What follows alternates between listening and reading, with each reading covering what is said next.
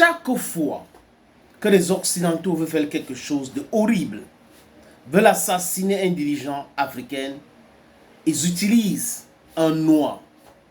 Et les Américains sont les experts en cela. Chaque fois qu'il y a un mauvais jeu qui doit se passer en Afrique, c'est un descendant de l'esclave, des Noirs, des Afro-Américains qu'on envoie en Afrique. Rappelez-vous comme si c'était hier. Colin Powell avait été utilisé pour mentir et créer la désolation et la mort de plus de 1 million d'Irakiens. Rappelez-vous, Lloyd Austin a été utilisé pour créer la désolation en Ukraine. C'est toujours un esclave de la maison, dont un noir américain. Gaddafi, regardez très bien, c'est Barack Hussein Obama qu'on a utilisé pour détruire le plan de l'unité de l'Afrique et la création de la monnaie africaine. Gaddafi voulait qu'on sorte des histoires des cancans de Fonds monétaire international et de la Banque mondiale, qui sont des institutions créées au lendemain de la deuxième guerre dite mondiale pour pouvoir maintenir le peuple africain et le peuple du Sud global dans la souffrance abjecte.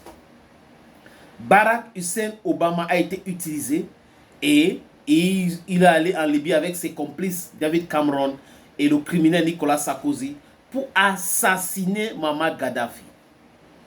Ils ont fait cela en pensant que c'est comme ça qu'il faut procéder. Parce qu'au lendemain des indépendances politiques des pays africains, ils ont procédé, désolé les amis, de la sorte. Assassiné Patrice Emery Lumumba, assassiné Jakaboga, le politicien ivoirien, Jakaboda. Ils ont assassiné Marion Ngouabi. Ils ont assassiné Umniober, Enes Wandji, Félix Roland Moumié. Ils ont assassiné politiquement Kwame Nkrumah parce qu'il est mort en exil. Hein? Monsieur Sékou Touré a eu des difficultés en Guinée. Vous voyez un peu les amis. Modibo Keïta, on cite qui? Monsieur Olympio. Avec le Togo aujourd'hui, cette histoire de changement des chaises que vous, il y a des marais, c'est toujours plus ça, il y a des nouveaux présidents et tout ça, c'est le Parlement qui a élu le président. On est dans ça depuis très longtemps. Et les Américains ont partagé le monde en près de 11 zones militaires. Vous avez Eurocom, les Africom et tout ça, là, tout ce qui est comme quoi, en espace et autres. Et en Afrique, depuis 18 ans, le bilan d'Africom, c'est quoi? C'est les coups d'État. C'est la déstabilisation. C'est le financement des terreaux. Je ne vante pas. Au Parlement américain, la Chambre haute du Parlement américain, on a posé des questions à certains militaires qui ont affirmé que les Américains finançaient jusqu'à présent les groupes terreaux. Monsieur Roman, savez-vous que nous envoyons 40 millions de dollars par semaine aux talibans? Oui, monsieur. Pouvez-vous citer d'autres exemples d'aide étrangère ayant bénéficié à des organisations terroristes? Nous avons aidé Al-Shabaab en Somalie. Il y a eu des cas concernant le réseau Hamza au Soudan, le Hamas, le Djihad islamique, le Hezbollah, Kataïba, ainsi que Hayat Tahrir al-Sham en Syrie. Des dizaines d'organisations terroristes ont reçu une aide indirecte par le biais de l'aide étrangère américaine. C'est aux États-Unis. On affirme cela en Mondovision. USAID, à travers le travail qu'a fait Elon Musk, on a découvert que USAID aussi était en train de financer le terrorisme dans le Sahel et partout dans le monde, Boko Haram. Et les gens n'arrivent pas à comprendre cela. Les amis, bienvenue, salut. Merci. Sa Majesté Sénateur Cletus humblement ce mois, l'homme le plus noir de la terre. Comme vous pouvez le constater, pour ceux qui me suivent, je suis en deuil. J'ai perdu papa vendredi.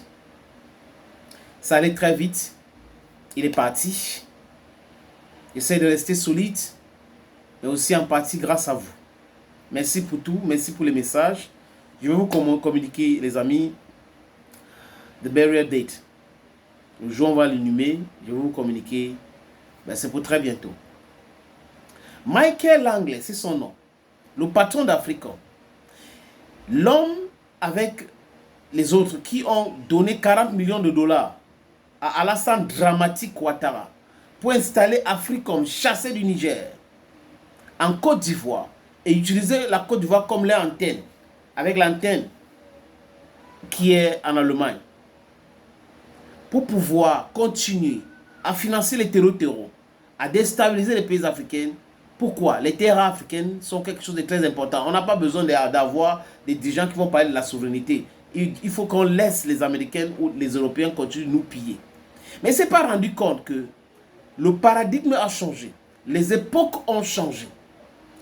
Aujourd'hui, le peuple africain est plus soudé que hier. Et nous sommes plus nombreux. Je parle en termes de démographie. Et on comprend tout ce qui se passe.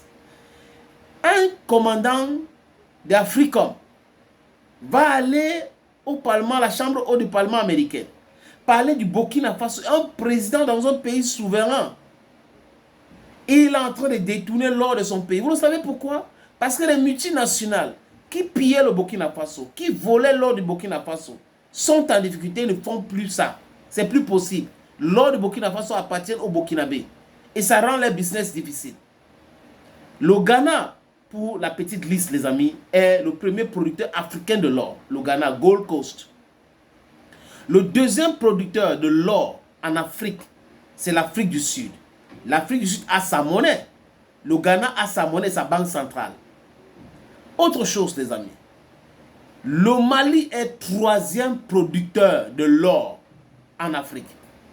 Et le Burkina Faso, quatrième producteur de l'or en Afrique. Posez-vous la bonne question. L'or que détient la Banque centrale française sort d'où? Ça vient d'où? La France n'a pas l'or. Donc la France, à travers les multinationales, pille l'or. On exploite, après on envoie ailleurs. Non, ça ne peut pas rester là-bas parce qu'on va faire quoi avec l'or? Et quand les dirigeants de ce pays-là décident de contrôler, d'avoir cet or-là pour pouvoir soutenir l'éventualité de la création d'une monnaie, ça devient un problème. Et on envoie un esclave de la maison raconter des bêtises. Chers amis, chers peuples de lutte, chers Africains, on est debout, on reste debout. Michael Langley a vu le 30 avril passé. Comment est-ce que les Noirs du monde entier pouvaient se mobiliser? Les Haïtiens, à Port-au-Prince, à Haïti, partout, se sont mobilisés pour Ibrahim Traoré. En France, les Africains se sont mobilisés pour Ibrahim Traoré. En Italie, les Africains se sont mobilisés pour Ibrahim Traoré. Au Burkina Faso, 15 millions de Burkinabés, partout en Afrique. Et à l'heure où je vous parle, malgré des élucubrations de RFI et autres, que Ibrahim Traoré aurait payé les influenceurs, des bêtes journalistes comme ça, les Afro-Américains demandent maintenant la démission pure et simple de Michael Langley. Et ils sont décidés, ils ont dit, si vous touchez à Ibrahim Traoré, nous allons vous montrer comment est-ce que la peur peut changer les camps. Le message est clair, les menaces sont claires aussi. Donc, à l'heure où je vous parle, les Afro-Américains mettent la pression pour que Michael Langley quitte Africom. Ce monsieur déteste l'Afrique, ce monsieur, c'est l'esclave de la maison, ce monsieur doit être détesté par les Noirs du monde entier. Thank you, friends. Arongo.